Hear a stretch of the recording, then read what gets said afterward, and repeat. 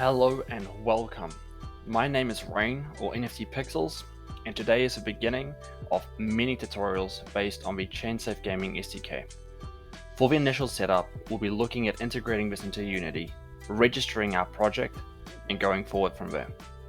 The very first thing we want to do is we want to go to the SDK's download page, which can be found at gaming.chainsafe.io.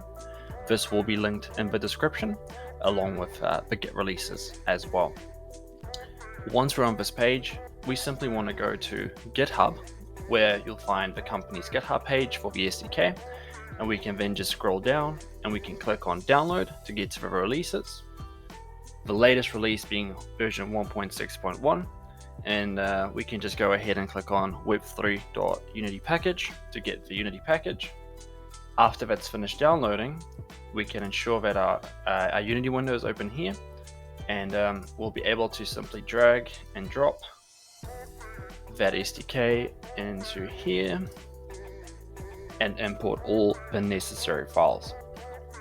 That's the very first step of the SDK integration done.